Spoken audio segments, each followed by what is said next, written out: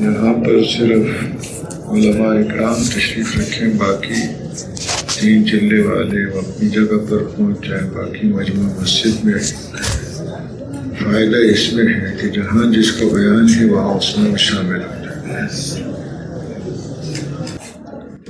محترم دوستوں اور بزرگ، اللہ تعالیٰ کے انعامات اس انسان پر اس قدر ہیں کہ شمار کرنا چاہے تو وہ شمار نہیں کر سکتا،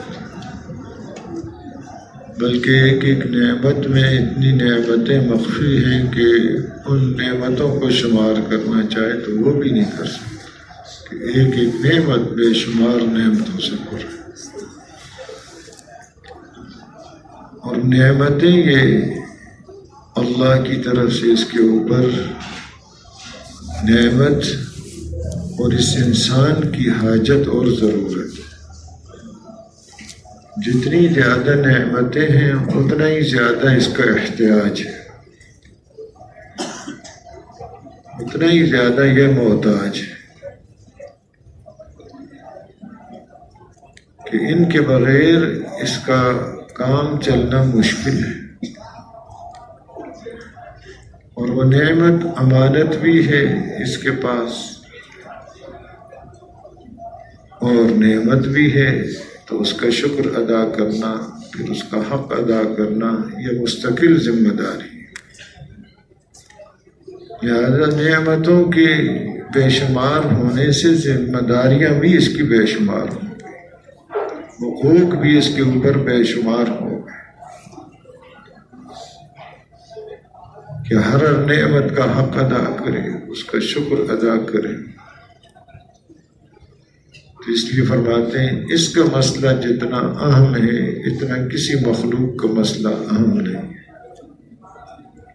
جتنا نازک مسئلہ اس کا ہے اور کسی مخلوق کا اتنا نازک نہیں، کیونکہ ہر نعمت کے بارے میں مستقل پوچھ ہے، لَتُسْأَلُنَّ يَوْمَئِذٍ عَنِ النَّعِيمِ،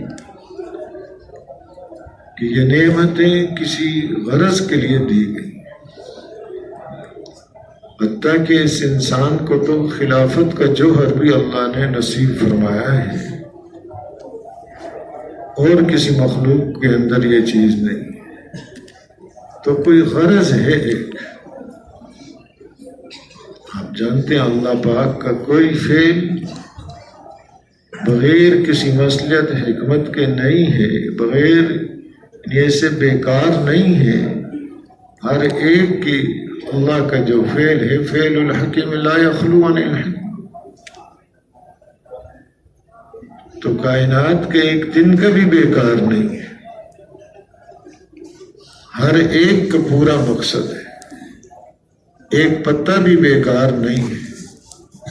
تو کیا یہ انسان جس کے لیے یہ ساری چیزیں پیدا کی گئی ہیں وہ بیکار ہو گیا؟ افحسبتم انما خلقناکم عبثا وانکم الینا لا ترجعون، یہ سمجھتے ہو کہ اسے بیکار پیدا کیا گیا، کیا یہ سمجھتے ہو کہ واپس لوٹ کر نہیں جانا؟ دونوں باتیں نہیں ہیں، بلکہ بہت بڑے مقصد کے لیے پیدا کیا گیا، اور ہم سب نے اللہ کے پاس واپس لوٹ کر جانا ہے۔ تو وہ جو نعمتیں جس غرض کے لیے دی تھیں اس پر خرچ ہوئی ہیں کہ نہیں؟ تو اس کی حقیقت کو سمجھنے والے حضرات انبیاء علیہ السلام، حضرات صحابہ اکرام رضی اللہ عنہ اجمعین، حضرت ابوبکر صدیق رضی اللہ تعالی عنہ، انبیاء علیہ السلام کے بعد ساری انسانیت میں افضل آدمی، لیکن یہ حقیقت سامنے ہے تو اپنے بارے میں وہ پریشان، فکر مند، پرندے کو دیکھتے ہیں تو اس کو کہے تو بڑا خوش قسمت ہے، درختوں کے سائے میں تو اڑتا ہے پھرتا ہے، تیرے سے کوئی قیامت کے دن پوچھ نہیں ہوگی۔ تو یہ ایک حقیقت ان کے اوپر کھلی ہوئی تھی۔ کبھی فرما رہے ہیں کہ راستے کا درخت ہوتا، اس کی جو لٹکی ہوئی ٹہنیں ہیں اونٹ اوپر منہ کر کے ان ٹہنیوں کو کھا لیتا، مینگنیاں بنا کر نکال دیتا، کاش انسان نہ ہوتا۔ یہی حال حضرت عمر رضی اللہ عنہ۔ تو حقیقت ایک سامنے تھی، اسی لیے حضور اکرم صلی اللہ علیہ وسلم یعنی انسانیت کے بارے میں پورے فکر مند۔ عبداللہ ابن شخیر رضی اللہ تعالی عنہ فرماتے ہیں، رأیت رسول اللہ صلی اللہ علیہ وسلم وفی صدری عزیز کعزیز المرجل من البکا، کہ آپ کو دیکھا کہ آپ کے سینہ مبارک سے رونے کی وجہ سے ایسی آواز آ رہی جیسے ہنڈیا ابلنے کی۔ ایسے ہی اس کے ساتھ دوسری حدیث بھی امام بحقی رحمۃ اللہ علیہ نے ساتھ ذکر کی کہ ابو بکر صدیق رضی اللہ عنہ نے عرض کیا، شبت، آپ بوڑھے ہو گئے۔ آپ فرما رہے ہیں، شیبتنی ہود والواقعۃ وعما یتساءلون واذا الشمس کورت، کہ ان صورتوں نے بوڑھا کر دیا۔ تو ان دونوں حدیثوں کے بعد وہ امام بحقی رحمۃ اللہ علیہ فرماتے ہیں کہ آپ کی یہ کیفیت ایک تو اس وجہ سے کہ آپ کو اللہ کی انتہائی معرفت نصیب تھی، کہ جتنی معرفت آپ کو ہے اور کسی کو نہیں، اس کا یہ اثر۔ اور دوسرا، اپنی امت کے بارے میں غم، امت کے خوف، ان کے بارے میں غم لگا ہوا تھا۔ تو یہ کیفیت حضور اکرم صلی اللہ علیہ وسلم کی کہ امت ان مراحل سے گزرے گی،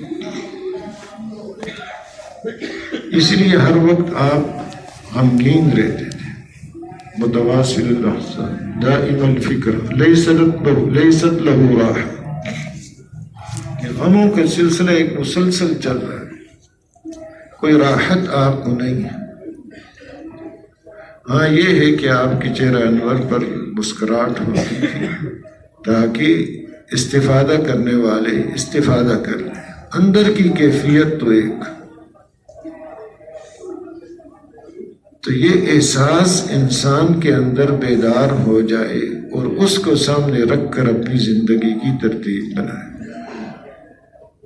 اسی کے لیے یہ ساری محنت، ساری دگ و دو اور یہ سارا پڑھنا پڑھانا اسی غرض کے لیے ہے کہ اپنی آخرت کو سامنے رکھ کر، جیسے حدیث پاک کا مفہوم کہ اگر علم تو بڑھ گیا لیکن اللہ کے ہاں یعنی اس کو دنیا کی بے رغبتی نہیں بڑھی، تو یہ علم اس کو اللہ سے دوری پیدا کرے گا، دوری بڑھے گی۔ اور ایسے ہی انما یخشی اللہ من عبادہ العلماء۔ اب یہاں پر تو اس جانب میں یعنی ایجابی جانب میں حضرت حسن بصری رحمۃ اللہ علیہ اس کی دوسری جانب حسر کی وجہ سے وہ فرماتے ہیں وَمَن لَّمْ يَخْشَ اللَّهَ فَلَيْسَ بِعَالِمٍ۔ اس کی سلبی صورت ہے کہ اگر یہ نہیں ہے چیز تو پھر یعنی یہ ہے مدار ایک۔ تو جتنی معرفت بڑھتی ہے اللہ کی اتنا خشیت بڑھے گی، تو علم تو یہ ہے۔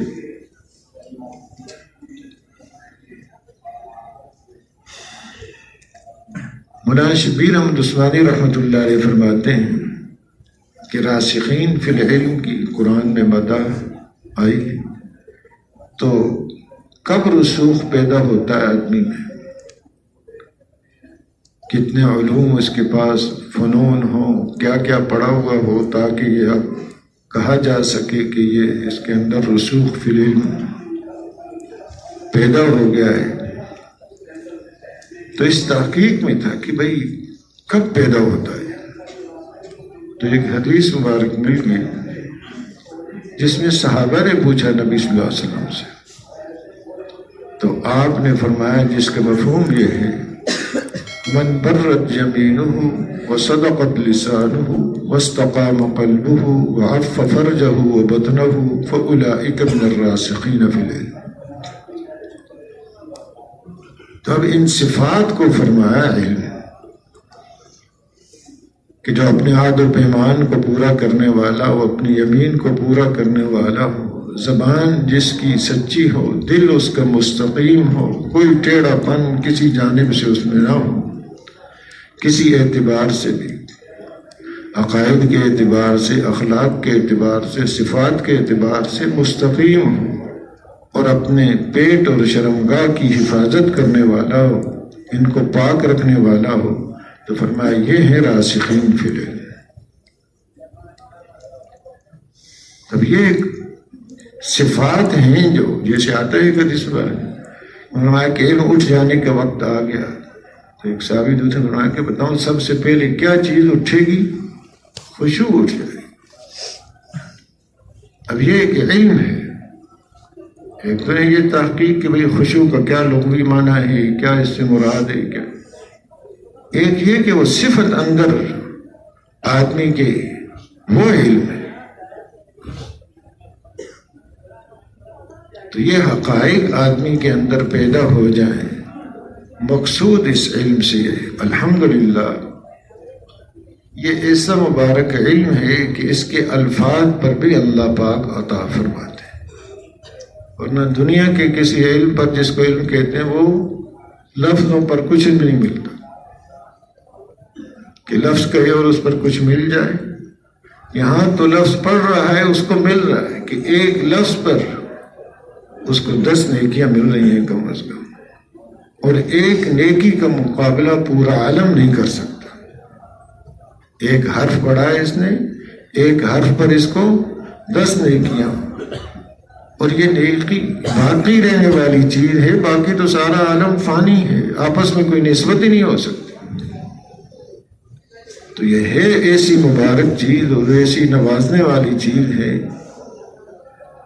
ہاں پھر الفاظ کے ساتھ آگے جب معنی میں جاتا ہے تو اس پر بھی مستقل اگلی اس کی ایک محنت ہے کہ یہ زندگیوں میں آ جائے، کہ مقصود اس سے ہے الفاظ کی الحمدللہ محنت، معنی اور مطالب کی محنت ہے۔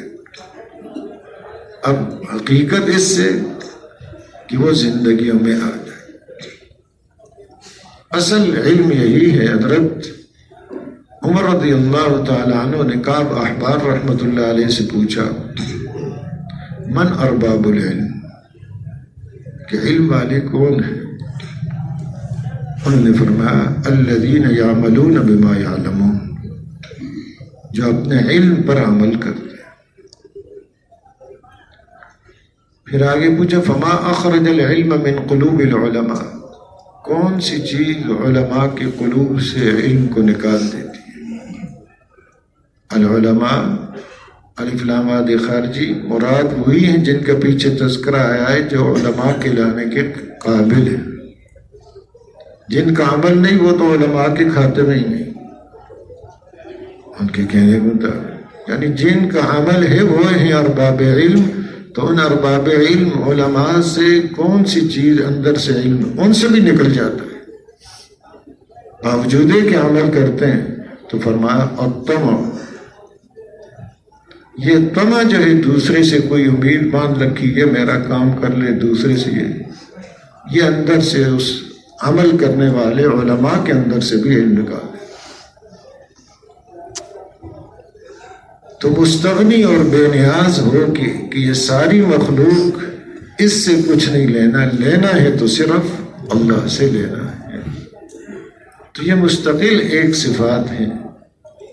تو الحمدللہ اللہ نے اپنے فضل و کرم سے وہ عمر کا حصہ جو اہم حصہ شمار ہوتا ہے اس علم کے حاصل کرنے میں لگانے کی توفیق عطا فرمائے، اور یہ اللہ کا ہی فضل ہے، کسی کا کوئی کمال نہیں، ورنہ بے شمار اس طرف ہے ہی نہیں ہے، اور جو بعض دفعہ آتے ہیں وہ بھی کہیں راستے میں پھر چھوڑ کے چلے جاتے ہیں۔ تو اللہ نے ہی فضل فرمایا کہ آخر تک پہنچایا۔ اب یہ ہے کہ اس کی مستقل ایک محنت ہے، اس محنت میں پہلی چیز تو یہ ہے کہ اس علم سے ہونے کا یقین۔ جیسے کوئی طب پڑھتا ہے، ہندسہ کوئی پڑھتا ہے، اب اپنے علم سے انہیں یقین ہوتا ہے کہ جی اس نے اپنی سند حاصل کر لی، ڈگری کر لی، اب یہ کوئی اپنا مطلب کھولے گا یا کہیں ملازمت کرے گا، ڈاکٹری کرے گا، تو اپنے علم سے ہونے کا یقین ہے اس کہ انجینئرنگ اس نے پڑھ لی ہے، اب یہ جو ہے آگے کچھ کرے گا، اس سے ہونے کا یقین ہے۔ حالانکہ وہ سارے شکوک شبہات کا مجموعہ ہے۔ آج کچھ ہے اور 10-15 سال پہلے ان کی کتابوں کو دیکھو تو کچھ اور ہے، کچھ عرصہ بعد کچھ اور ہوگا، تو بدلتا ہی رہتا ہے۔ نئی تحقیق آتی ہے، جی پچھلی کو کتنے بیکار ہو گئی۔ لیکن یہ تو وہ حقیقت ہے کہ جو پہلے دن سے فرمایا وہی آخر تک ہے۔ ذرا برابر اس پر محنت کرنے والے کی محنت ضائع نہیں ہوتی کہ بیکار اور غلط رخ پر محنت کی ہے۔ وہ شروع ہی میں فرما دیا لا ریب فیہ۔ ایک تو یہ نا کہ شک کہیں کہ اس میں کوئی شک نہیں، اور آپ جانتے شک تو وہ ہوتا ہے کہ جس میں دونوں جانبیں برابر ہوں، وجود اور عدم دونوں برابر۔ یہاں تو جو فرمایا 100% وہی وجود ہی ہے، اس کا عدم جانب مخالف ہے ہی کوئی نہیں۔ جانب مخالف کا وہمہ تک کھٹکا تک نہیں ہے۔ فرما دیا یمحق اللہ الربا ویربی الصدقات، اللہ پاک سود کو مٹاتے ہیں اور صدقات کو بڑھاتے ہیں۔ یہ حق اور سچ ہے، چاہے ساری دنیا اس کے خلاف بولے۔ اس میں کوئی اور صورت ہے ہی نہیں کہ کہیں نفع نکلے گا سود میں۔ سود میں نفع ہے ہی نہیں، نقصان ہی نقصان ہے۔ اور ایسا خطرناک، امام ابو حنیفہ رحمۃ اللہ علیہ فرماتے ہیں کہ ایمان والوں کو جو سخت سزا کی دھمکی دی گئی ہے وہ سود پر دی گئی۔ یا ایھا الذین آمنوا لا تأکلوا الربا اضعافا مضاعفا واتقوا اللہ الذی لعلکم تفلحون واتقوا النار التي اعدت للکافرین۔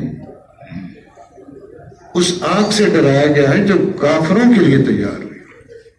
مومن گنہگاروں کو جو جن کی معافی نہ ہوئی کچھ عرصے کے لیے جو جہنم میں بھیجا جائے گا، تو وہ الگ آگ ہے، وہ نہیں ہے جو کافروں کے لیے تیار ہے۔ کافروں کی آگ وہ سخت ہے،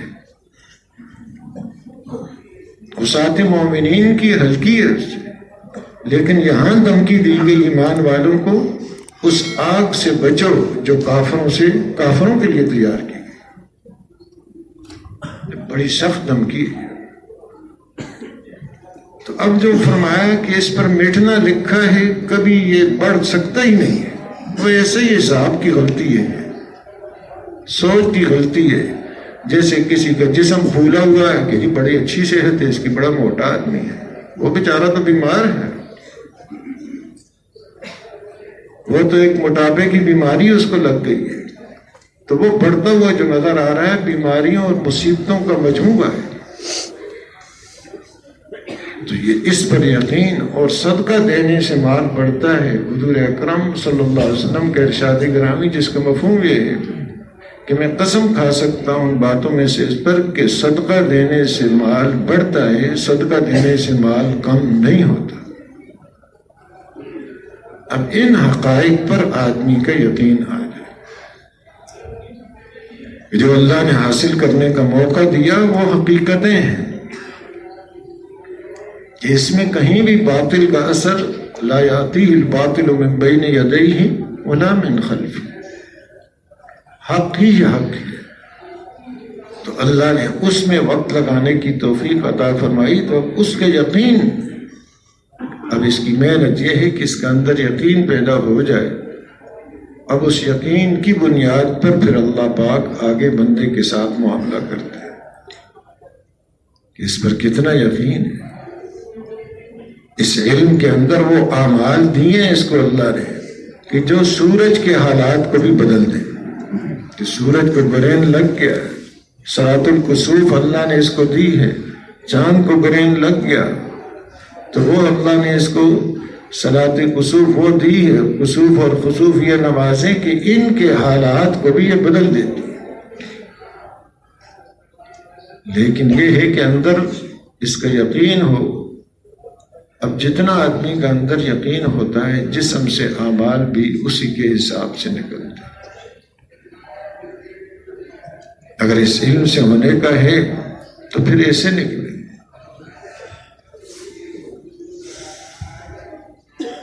حضرت عمر رضی اللہ تعالیٰ، حضرت خالد ابن ولید رضی اللہ تعالیٰ کہ وہ زہر پیش کی گئی. اب یقین تھا ایک بسم اللہ الذی لا یضر مع اسمہ شیء فی الارض ولا فی السماء والسمیع العلیم پڑھ کے پی لیا اس کو. ایک یقین تھا اس کو. تو چیزوں کا تأثر اندر سے ختم ہو کر اس علم کا تأثر جو اللہ نے نصیب فرمایا یہ آدمی کے اندر پیدا ہو جائے. اب یہ علم اس کی طاقت اتنی ہے کہ آدمی اندازہ نہیں کر سکتا. اس کی قوت. مولانا الیاس صاحب رحمۃ اللہ علیہ بیمار تھے تو علاج کافی کرا رہے تھے، صحت گرتی جا رہی تھی. تو وہاں پر ایک حکیم تھے کریم بخش، ان کا علاج کروا رہے تھے. وہ ڈاکٹری علاج نہیں کرانا چاہتے. ڈاکٹر تھے عبد الکریم، ان سے کہا علاج کہ وہ نہیں کرتے، تیار نہیں ہو رہے تھے. وہ اپنے فن کا ماہر تھا. تو ساتھیوں نے مشورہ کیا کہ مفتی کفایت اللہ صاحب رحمۃ اللہ علیہ سے کہلوائیں، وہ فرمائیں گے تو پھر مولانا تیار ہو جائیں گے. تو ساتھی کچھ گئے اور ان سے بات کی، حال اس طرح ہے. تو فرمایا کہ بھائی ان کو بس اس وقت اب اپنے صحت کے بارے میں خیال نہیں ہے اور ان کی ضرورت، تو لہذا ان سے کہہ دیں کہ اس ڈاکٹر کا علاج کر لیں. اور کچھ ایسا بھی فرمایا کہ بھئی وہ اپنا خیال نہیں رکھتے، بس یہ کیفیت ان کی. تو جب یہ ساتھی واپس آئے تو کہا کہ جی وہ جو فرما رہے ہیں. تو اس پر پہلے مولانا نے فرمایا آپ تو ہمارے بڑے بھی ہمیں یہ کہنے لگے ہیں کہ ان کو اپنا خیال نہیں، جنون ہو گیا، یہ ہو گیا. تو ٹھیک ہے، انہوں نے فرمایا بلا لو، لیکن میری کچھ شرطیں ہیں. ایک تو یہ کہ میں اس کے پاس نہیں جاؤں گا، وہ خود آتا ہے تو میں علاج کراؤں. دوسرا یہ ہے کہ کوئی عورت اس کے ساتھ نہ ہو. تیسرا یہ ہے کہ میں پہلے اس سے بات کروں گا، پھر بعد میں وہ میرا علاج کرے. اور اس کا یہ تھا کہ وہ کہیں کسی کے پاس جاتا نہیں تھا قادیانی، اور بیوی ہر وقت اس کے ساتھ رہتی تھی. تو جہاں بھی جاتا تو ان ساتھیوں نے کہا جی کہ ہمارے حضرت بیمار ہیں یہ. تو اس نے کہا میں تو نہیں جاتا، مریض لاؤ میرے پاس. تو اس کو تیار کیا، منت سماجت کی. پھر دوسرا مسئلہ، بیوی کہا جی وہ بھی یہیں ٹھہر جائے، وہ اس کو چھوڑتی نہیں. کہا پھر یہ ہو کہ وہ اس کی گاڑی میں ہی بیٹھی رہے. تو لے آئے، چلو وہ گاڑی میں بیٹھی آئے اور مولانا نے بات فرمائی. مولانا نے فرمایا کہ تم اپنے فن کے ماہر ہو. حضرت عیسیٰ علیہ السلام کو اللہ پاک نے یہ معجزات نصیب فرمائے تھے. بیمار آدمی ہے، کوڑ کی بیماری، اس پر ہاتھ پھیرتے اللہ پاک اس کو شفا دے دیتے. مادرزاد اندھا ہوتا، اس کی آنکھوں پہ ہاتھ پھیرتے اللہ پاک اس کی آنکھیں ٹھیک کر دیتے. حتیٰ کے بعد مردے بھی زندہ کیے. تو یہ عیسیٰ علیہ السلام کے معجزات ہیں. اور عیسیٰ علیہ السلام کو جو اللہ نے علم دیا ہے اس کے اندر جو طاقت ہے وہ معجزات میں نہیں ہے، کیونکہ معجزہ تو دلیل ہے، مقصود تو وہ علم ہے، جو وہ شریعت ہے جو عیسیٰ علیہ السلام لے کر آئے.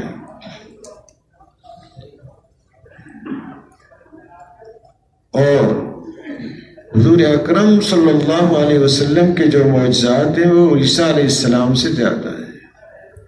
اور آپ کو جو اللہ نے علم دیا ہے وہ سارے اولین و آخرین سے زیادہ دیا ہے. تو آپ کے معجزات میں اس سے زیادہ طاقت، اور آپ کے علم کے اندر ان کے علوم سے زیادہ طاقت، کہ اب تو سارے پہلے علوم منسوخ ہو گئے.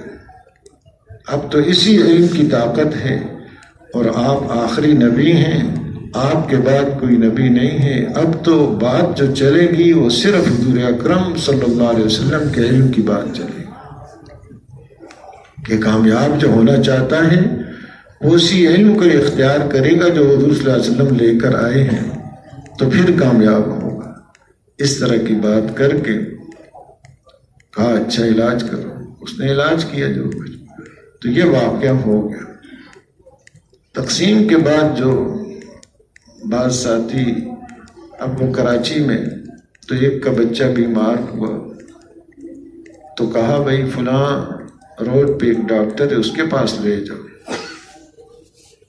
تو یہ لے گئے اپنے بچے کو، وہ غور سے ان کو دیکھ رہا ہے، کہنے لگا آپ کو میں نے کہیں دیکھا ہے،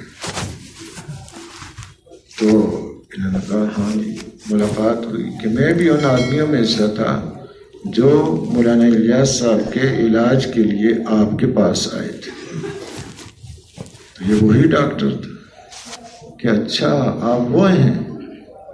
تو پھر اس نے کہا کہ آپ گواہ رہیے کہ جب سے مولانا نے میرے ساتھ بات کی تھی اسی وقت سے میں نے توبہ کر لی تھی اور حضور صلی اللہ علیہ وسلم کو آخری نبی مان لیا، اور قیامت کے دن بھی تم میری گواہی دینا کہ میں حضور صلی اللہ علیہ وسلم کی ختم نبوت پر میرا یقین۔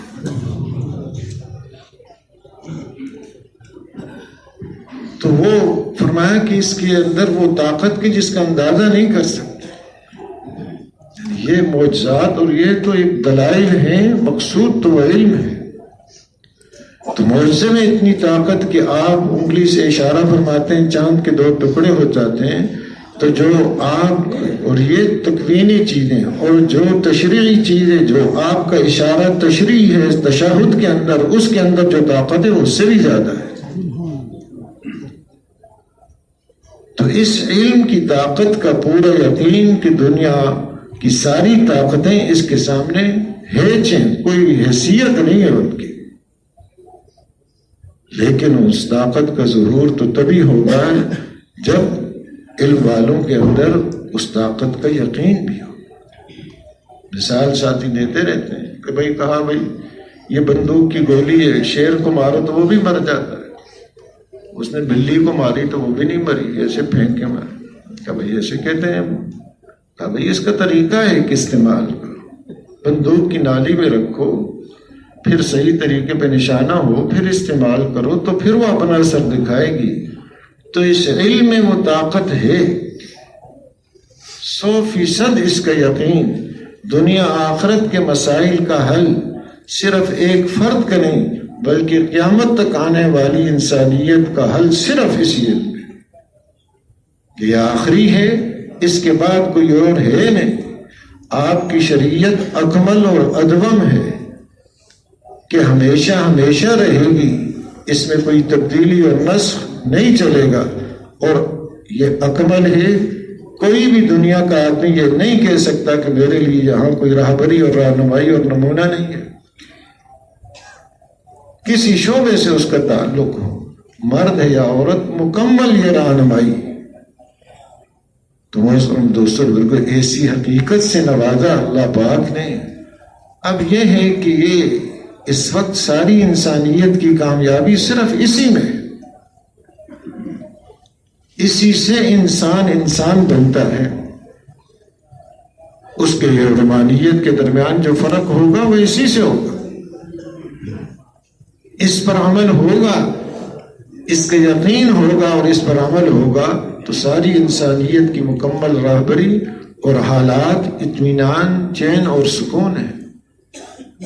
اور اگر خدا نہ خواستہ اس پر یقین نہیں، اس پر عمل نہیں، تو پھر پریشانیاں ہی پریشانی، پھر انسان تو گرتے گرتے اب وہ نام رکھ دیا ہے ترقی، اپنی گراوٹ کا نام رکھ دیا ترقی۔ اللہ پاک نے فرمایا والعصر ان الانسان لفی خسر، سب خسارے میں۔ یہ کہہ رہے جی بڑی ترقی کا زمانہ ہو گیا، خسارے کا نام ترقی رکھ دیا۔ مفتی نظامی صاحب رحمۃ اللہ علیہ فرماتے تھے آج علم الٹا ہو گیا، علم معکوس ہو گیا۔ وہ مثال دیتے تھے اس کی کہ ایک آدمی غلط کمائی رشوت لی خوشی گھر آ کے بیوی کو بتا رہا ہے آج تو اتنا مل گیا جتنا پوری تنخواہ نہیں ہے، بڑا خوش ہے، بیوی کو بھی خوشی خوشی بتا رہا ہے۔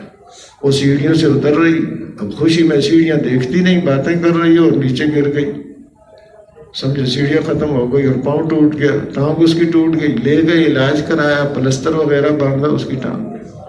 تو اب یہ کیا کہتا ہے، وہ آج پیسے تھے نا تبھی یہ علاج ہو گیا، پیسے نہ ہوتے تو کیسے علاج کرتے؟ تو علم الٹا ہو گیا۔ یہ پیسہ تو اس تباہی کا ذریعہ ہے، یہ جو غلط مال آیا ہے یہی تو پریشانی کا ذریعہ ہے۔ وہ کہہ رہا ہے پریشانی کا حل ہے، حل کہاں ہے؟ وہ تو پریشانی کا ذریعہ ہے۔ تو پریشانی کے ذریعے اور سبب کو کہہ دیا پریشانی کا حل، تو علم الٹا ہو گیا۔ تو خسارے کا نام رکھ دیا جی ترقی، اور پھر بعد میں سمجھ گئے جی کیا بڑے پیچھے رہ گئے۔ بھائی پیچھے کہاں رہ گئے؟ ترقی کے زمانے میں حضور اکرم صلی اللہ علیہ وسلم نے فرمایا خیر القرون قرنی ثم الذین یلونہم ثم الذین یلونہم۔ ترقی کے زمانے تو وہ ہیں کہ سب سے بہترین زمانہ حضرات صحابہ اکرام رضی اللہ عنہم اجمعین کا، حضور صلی اللہ علیہ وسلم کا زمانہ، اس کے بعد تابعین کا، اس کے بعد تبع تابعین کا۔ ترقی کے زمانے تو یہ ہیں کہ جہاں انسان کی قدریں، انسان کی حفاظت، انسان کا تعلق اللہ کے ساتھ، کہ آسمان سے سلام آ رہے ہیں اور ان کی موت پر اللہ کا عرش کانپ رہا ہے اور فرشتے ان کے جنازوں پر اتر رہے ہیں۔ ترقی کا زمانہ تو یہ ہے۔ اس چیز کا نام رکھ دیا ترقی کے جس کی قیمت اللہ کے نزدیک مچھر کے پر کے برابر بھی نہیں ہے۔ ترقی رہے الا الذین آمنوا وعملوا الصالحات وتواصوا بالحق وتواصوا بالصبر، یہ صفات ہیں ترقی کا ذریعہ۔ تو اس پر یقین ہو کہ اللہ نے وہ حقیقت نصیب فرمائی ہے کہ جس میں میری بھی نجات اور دنیا کے ہر فرد کی نجات اس علم کے اندر ہے۔ میرے مسائل کا حل بھی اور پوری انسانیت کا ہر مسئلہ، چھوٹا ہے بڑا ہے، انفرادی ہے اجتماعی ہے عالمی ہے، اس کا حل اس کے اندر ہے۔ اور اگر خدا نخواستہ اس کو چھوڑا تو پھر پریشانیاں ہی پریشانی۔ یہ جو آج پریشانیاں آ رہی ہیں وجہ یہی ہے کہ جی یہ پریشانی کسی اور کی وجہ سے، اپنی وجہ سے۔ تو اب اس پر یقین آنا، اس کی دعوت اور دعوت دیتے ہوئے اپنے آپ کو محتاج سمجھ کر، اس پر مطالعہ فرماتے ہیں کہ اپنے آپ کو بیمار سمجھ کر دعوت دیں گے کہ میں اپنے لیے دے رہا ہوں، میرے اندر یہ بیماری ہے، پھر وہ علاج ہوگا اس کا۔ اگر دوسروں کو بیمار سمجھ کے بات کر رہے ہیں، دوسروں کی اصلاح کی فکر ہے، تو پھر تو مثال دیتے رہتے ہیں ساتھی چھلنی کی طرح آٹا چھانا ہے، اچھا آٹا تو نیچے پھینک دیتی ہے صاف، اور اندر چاند برا رہ جاتا ہے اس کے پاس، تو خود اپنے پاس چاند برا ہی رہ جائے گا، ہو سکتا ہے دوسرے فائدہ اٹھا۔ اپنی نیت ہے پہلے کہ مجھے یہ حقیقت، یہ یقین، یہ عمل، یہ چیزیں نصیب ہو جائیں، تو اب اس وقت فرصت ہے کہ اس پر مستقل ہم محنت کریں، روزانہ اس کی دعوت دینا۔ اور اس میں جندب رضی اللہ تعالیٰ عنہ فرماتے ہیں کہ ہم چند نوجوان حضور صلی اللہ علیہ وسلم سے پہلے ایمان سیکھا، پھر قرآن سیکھا، پھر آگے قرآن سیکھتے گئے تو ایمان بڑھتا گیا۔ کیونکہ ایمان کسے کہتے ہیں؟ کسی کی بات، کسی پر اعتماد کر کے اس کی تصدیق کرنا۔ اب پہلے تو اعتماد ہو اللہ کی ذات عالی پر، حضور اکرم صلی اللہ علیہ وسلم پر۔ اب جتنا اعتماد ہوگا اتنی تصدیق ہوگی اندر۔ اگر اعتماد ہی نہیں ہے تو پھر تو آدمی کہتا ہے کسی کو بھائی ٹھیک ہے مجھے آپ پر اعتماد نہیں، تو اس کی بات ہی نہیں لیتا، چاہے کتنی نفع کی کو۔ جس پر اعتماد ہو اس کی ہر بات کو لے لیتا ہے۔ تو پہلے یہ اندر یقین، سب سے بڑے خیرخواہ میرے خالق اور مالک ہیں، اور کائنات میں سب سے بڑے خیرخواہ میرے حضور اکرم صلی اللہ علیہ وسلم۔ آپ کی ہر بات خیرخواہی ہی خیر، بلکہ دین ہے یا دین النصیحہ، خیرخواہی ہی خیرخواہی ہے، اس میں کوئی نقصان کا ذرہ بھی نہیں ہے۔ کوئی شر کا ذرہ بھی نہیں، خیر ہی خیر ہے، تو اب اس پر یقین اور پھر اس کی محنت، تو محتاج بن کے دوسروں کو بھی اس کے لیے عرض کرنا، اور جو دوسرا کوئی بات کہہ رہا ہو محتاج بن کے سننا، تنہائیوں میں اپنے آپ سے بھی بات کرنا، جو دوسروں کو کہہ رہے ہیں تنہائی میں اپنے آپ کو بھی دعوت دینا، جو اپنی بیماریاں ہیں ان کو سامنے رکھ کر۔ حضرت حاجی صاحب رحمۃ اللہ علیہ فرمایا کرتے تھے کہ پختگی اس سے آئے گی، تنہائی میں اپنے سے بات کرے، اپنے کو دعوت دے، اور پھر اللہ پاک سے رو رو کر مانگنا کہ اللہ مجھے یہ حقیقت نصیب فرما دے، اور آگے انسانیت کو کھڑا کرنا ہے۔ اس پر اللہ نے صلاحیتیں، استعدادیں نصیب فرمائی ہیں، تو جتنی جس کی زیادہ صلاحیت استعداد ہے اتنا ذمہ داری زیادہ ہے۔ تو جہاں بھی جائیں ہم ایک تو نقد تشکیل کرنے کی، مسجدوں کے اعمال، گھروں کے اعمال زندہ ہو جائیں، اور اپنا بھی کہ ہر تشکیل سے آدمی، بلکہ ہر دعوت کے بول اس کی ترقی کا ذریعہ ہو، اور اللہ سے مانگنا بھی اللہ پاک یہ ساری چیزیں ہم سب کو نصیب فرمائیں۔ کوشش فرمائیں گے، اللہ پاک قبول